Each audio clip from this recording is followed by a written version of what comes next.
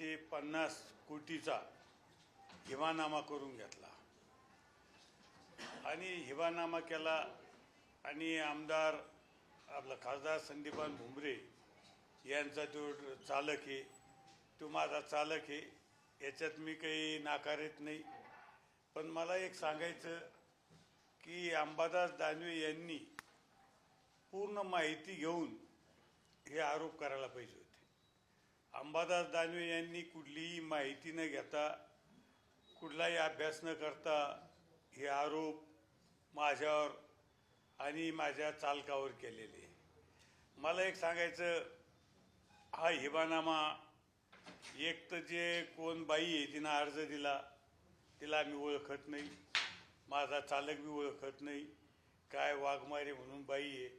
आणि हिवामा करून देणारा हा कोणीतरी एक मुस्लिम व्यक्ती आहे, हा होतो का, हा पहिला प्रश्न आहे. दुसरी गोष्ट की माझ्या चालकाचं जन्मतारीख ही 1984-85 आणि हिवानामा हा 1971 मध्ये झालेला आहे. आता मला सांगा, माझ्या ड्रायव्हरचा जन्म, मी त्याला विचारलं तुझा जन्म कधीचा आहे, तर त्यांनी मला सांगितलं 84-85चा माझा जन्म आहे. आणि मग मला सांगा, हा हिवानामा जो झाला हा 1971 मध्ये झाला. मग त्यावेळेस जावेद हा जगात होता का? ज्यावेळेस हिवानामा झाला त्यावेळेस हा जावेद हिवानामा तर होतच नाही. म्हणजे बाई कोण आहे? हिंदू. आणि जमीन कोणाची आहे म्हणतात? मुस्लिम व्यक्तीची. मग हा हिवानामा होतो का? हा एक विषय. दुसरा विषय, हिवानामा जे अर्जात म्हटलेले की 1971 मध्ये झाला, माझ्या चालकाचा जन्म 84-85चा आहे. मग हे कसं शक्य आहे? हे कसं होतं हे याचे आपण सुद्धा पडताळणी आपण केली पाहिजे, ह्या मताचा मी आहे. आता तुम्ही त्यांना विचारा ना, हे कसं, तुम्हीच त्यांना विचारा. 1971 मध्ये हिवानामा झाला म्हणतात.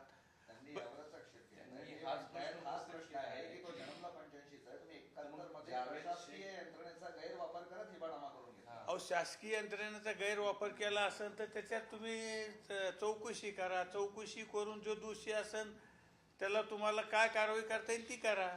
मला एक सांगा ना, 1971 मध्ये झाला, मग शासकीय याच्यात काय संबंध आला? पहिली गोष्ट, होतो का हिवानामा?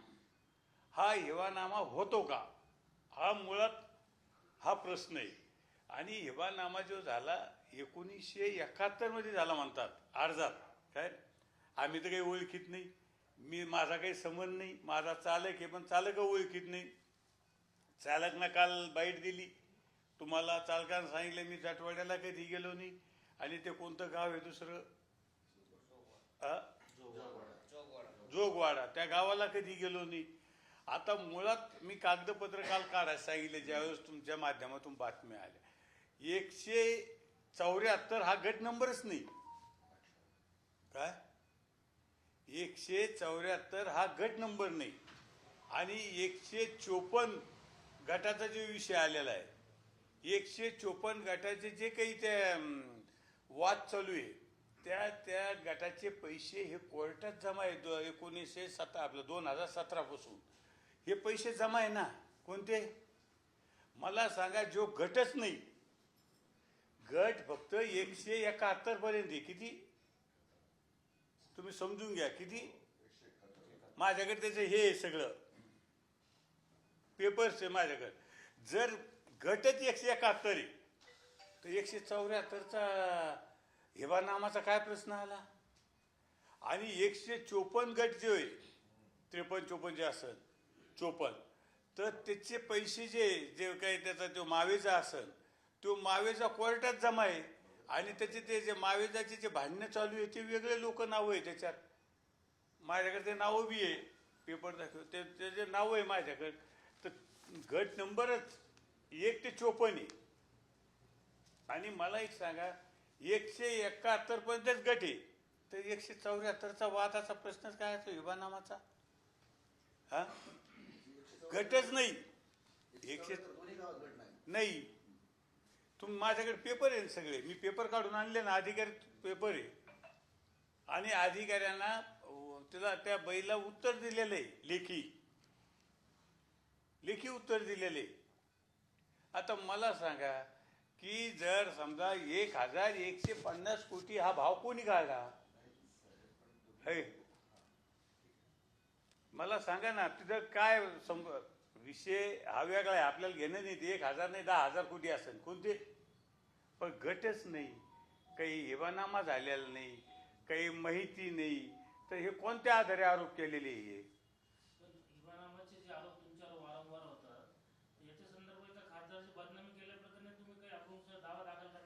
मी आतापर्यंत नाही केला, पण मी आता अब्रू नुकसानीचा दावा मी दाखल करणार आहे.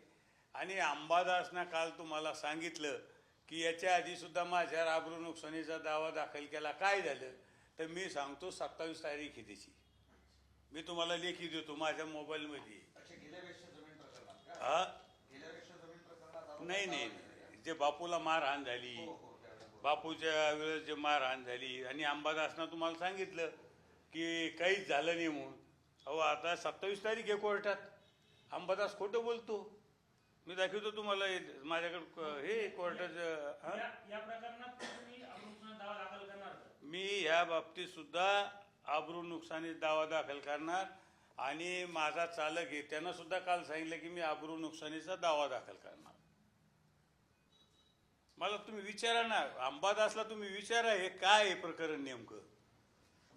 नुसतं संदीपान भुमरे दिसला का आरोप करायचा. मला एक सांगा, हे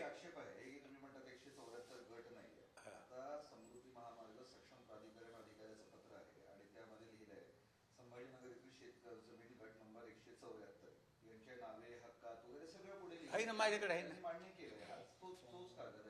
तोच त्यांनी हे मान्य केलंय की 1150 कोटी रुपये बाजारात भाव आहे, त्यांनी गट मान्य केलाय हे सांगण्याचा प्रयत्न करतो. मी काय सांगतो, माझ्याकडे जे लेखी आहे त्याच्यात त्यांनी उत्तर दिलेलं आहे ना.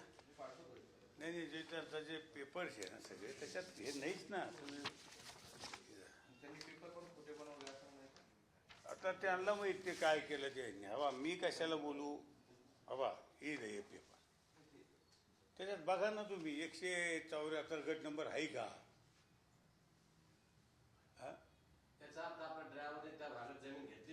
घेतली नाही. मी 1000% सांगतो, कारण तो सांगतो, त्यानं स्वतः बाईट दिली ना. आता मला माझा ड्रायव्हर आहे, पण मी त्याला खात्रीपूर्वक विचारलं काही तुमचा व्यवहार झालेला आहे का.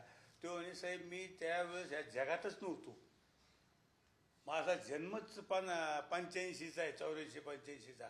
आणि ह्या काहीतरी जो आरोप आहे तो 1971चा आहे.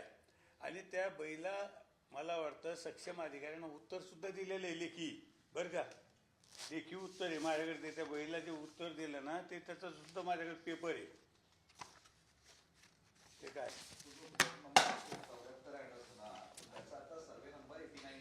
सर्वे नंबर राहिले नाही ना आता.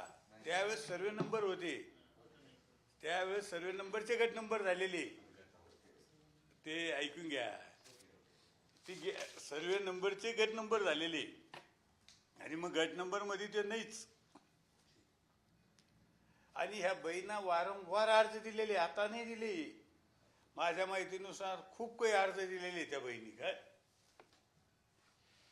आणि मी म्हणतो याची सखोल चौकशी झाली पाहिजे.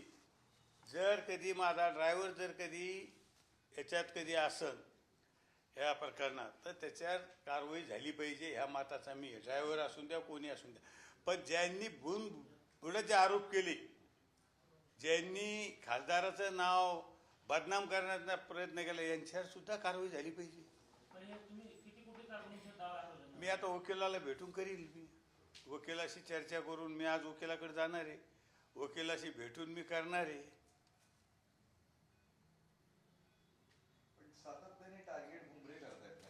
त्यांना भुमरेशिवाय आहेच तरी कोण.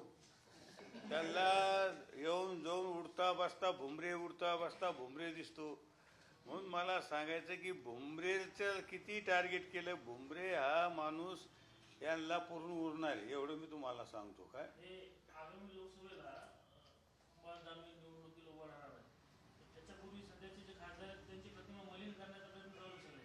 हा? हे तुम्ही म्हणता ना, अंबादास म्हणला की भुमरेंनी नुसतं मला नोटीस दिली त्या प्रकरणात. कोणत्या प्रकरणात? विलास बापूच्या. हे बघा कालच आलं. अंबादास वर खोट्या माहिती देतो तुम्हाला. आता त्याचं काय संतुलन बिघडलेलं आहे, त्याला ते सगळी सवय लागलेली आहे ती. कोणती? बघा ना, आहे का खरं आहे का? नाही नाही, अबा हे खरं आहे का खोटं आहे? काल तुम्हाला काय सांगितलं? भुमरे नुसतं सांगतो म्हणतो. अबा हे पहा, त्याला नोटीस आलेली आहे की नाही? घ्या ना, वाचा ना, हे खरी आहे का खोटी. मी खोटी दाखवत असेल तर माझ्यावर कारवाई करा म्हणा. हा,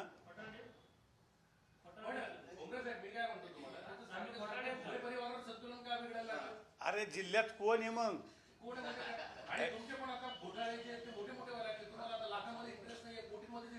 नाही मला,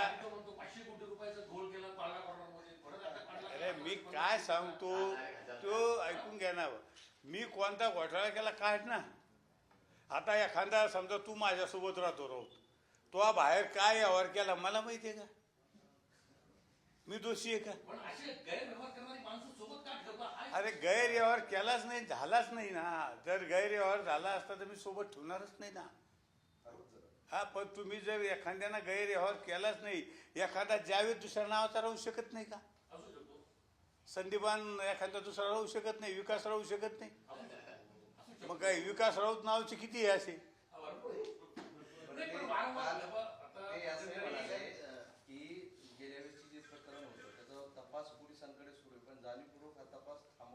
अरे बाबा ऐकून घ्या ना, त्यांना तर उल्लेख केला ना, त्यांना पत्र दिलं ना. विधानसभा निवडणुकीच्या वेळेस बापूंच्या बाबतीमध्ये प्रसंग घडला, त्यावेळेस त्यांनी जे नाही पाहिजे ते करून बदनामीचा प्रयत्न केला. त्यावेळेस आपण नुकसानीचा दावा केला. आज वर्ष दीड वर्ष झालं त्याच्या प्रकारे. हे काय आली नोटीस, त्याच्या चौकशा झाल्या. ऐक ना, दाखव ना, हे पाय बघ ना. बघतोय मी, ते आली नोटीस बरोबर. मग ही कालच आली ना. हे मी म्हणतोय की ऐकून घे राऊत, कोर्ट आहे.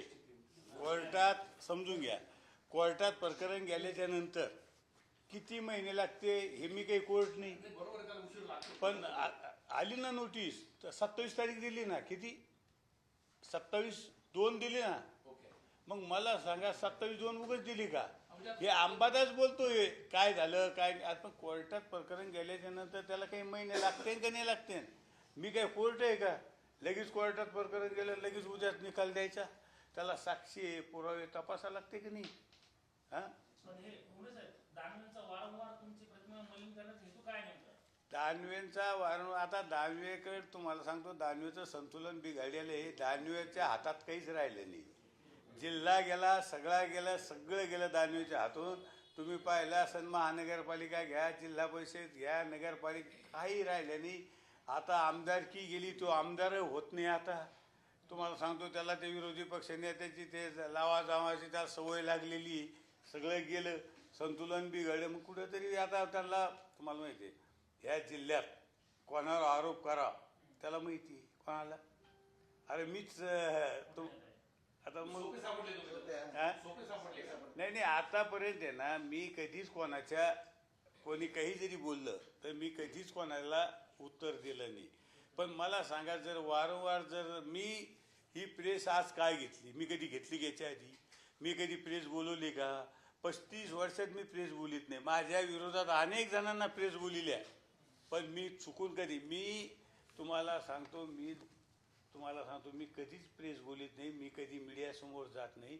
पण आज काय गेलो तर अंबादासना धांदाळ सगळं खोटं, म्हणजे काही नसताना अहो त्यांना अभ्यास करायचा, त्यांना विचारून काही विचारपूस करायची, अधिकाऱ्याशी विचार. हे अधिकारीचे पत्र खोटे आहे का? मग राऊत, अधिकारीचे पत्र जे त्यांनी दिलेले हे का आज दिले का पत्र? मग हे खोटे आहे का? काय 1600 कोटी रुपयामध्ये पूर्ण भूसंपादन झालं आपल्या जिल्ह्यात. आणि मग एकट्या त्या बैचं 1150 कोटी. हा, मग ते काय, हा संशोधनाचा विषय तुमचा, माझा नाही कोणाचा. हे तुमचा आहे विषय हो संशोधनाचा. अरे मला सांग, एवढा मोठा रोड 10,000 कोटी झाला सगळा. एका जिल्ह्यामध्ये 1500 कोटीचं भूसंपादन झालं, 1150 कोटी तुमच्या एका जिल्ह्यात नाही म्हणत, एक्या बाईचं, एकच पाहिजे. जिल्ह्याचं नाही. जिल्ह्यात लोक आहे ना आणखी. मग मला सांग, एका बाईचे जर 1150 कोटी आहे तर बाकीच्याची किती? हो ना. हा, आहे म्हणजे त्याला तर्क आहे की नाही काय बोलायला वगैरे, म्हणजे फक्त उचलली जीभ लावणी टाळायला आणि फक्त तुम्ही स्वतः तुम्हीच बघा आता हे काय. मी तर बघतो माझ्या. हा, मी नाही. हवा तुम्हाला सांगतो, ठीक आहे आता मी आहे, पण एखाद्या माणसाला विनाकारण याच्यात आयुष्यात उठवणं नाही. हा? नाही, पण प्रत्येक घोटाळ्यामध्ये तुम्हाला केंद्र स्थानी ठेवायचं आणि मग मी जर घोटाळेबाज असतो तर तुम्हाला सांगतो हे सिद्ध झालं असतं ना. मग आता त्यांना हे बी सिद्ध करा ना. आता मी तर म्हणतो की त्यांना आज सांगा की भुमरे आज बोलले प्रेस घेऊन हे खोटे, हे बोलाव. आणि ते बोलले मी बोलतो ना आणखीन. मग नाही, या बोलाबोलीमध्ये काय होईल माहिती आहे? बोलाबोली नाही, मी बोलाबोलीच्या भानगडीत नाही. तुम्हाला हे बी सांगतो, मी कधीच प्रेस समोर जात नाही. मी बोलाबोलीच्या भानगडीत नाही. त्याच्यावर आता दुसरा आपण नुकसानीचा दावा या प्रकारात. हे 100%. मी वकिलाला विचारून कितीचा ठोकायचा, मी माझा दावा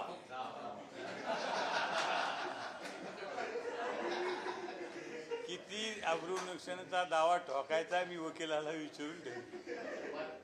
आणि जावेदचं ठरेल कोणता चालतं जे हवा. तुमच्यावर अनेकांनी आरोप केले, फक्त दांडेवरती इतर फळाच्या झाडाला दगड मारते माणूस, बाबलीला मारतं का? अजूनही कोणी आहे का? हा, आज उद्याच. हे बंद करा. एकच जाऊ नका. बंद केल्यावर सांगा.